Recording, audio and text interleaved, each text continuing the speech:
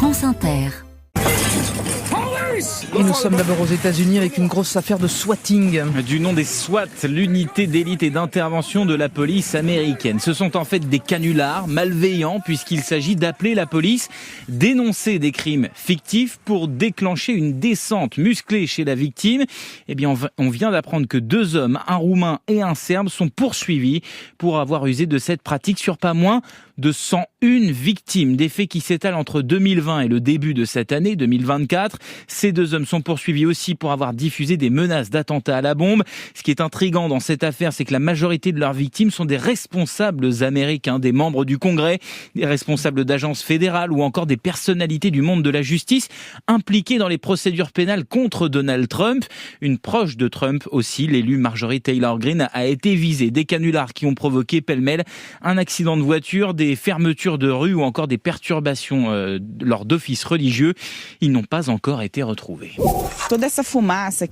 Et nous voici au Brésil, qui vit en partie dans le brouillard ces derniers jours. Ou plutôt dans la fumée, et notamment la capitale, Brasilia, conséquence des feux de forêt et de brousse qui ravagent depuis plusieurs semaines plusieurs régions. Des milliers d'hectares de terres agricoles, notamment, sont partis en fumée dans l'état de Sao Paulo, le plus peuplé du pays. Les vents ramènent ce qui devient donc une pollution en plein cœur des villes. Depuis dimanche, Brasilia vit sous un ciel gris qui pourrait enfin se dissiper dans la journée d'après les services météo. Il est pas loin de 15 heures là-bas.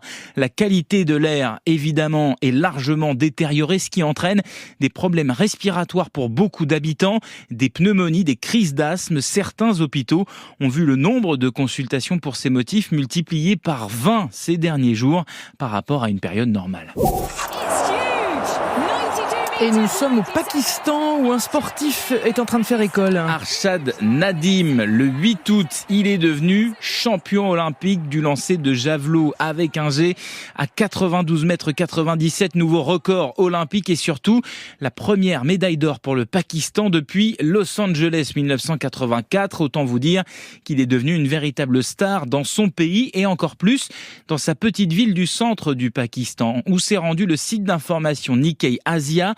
Le journaliste constate sur place que les enfants tentent d'imiter leur nouvelle idole en lançant des branches d'arbres en guise de javelot, ce qui n'est pas rien dans un pays où le cricket est le sport roi et où les garçons, surtout dès le plus jeune âge, ont une batte à la main. Les jeunes abandonnent les autres sports.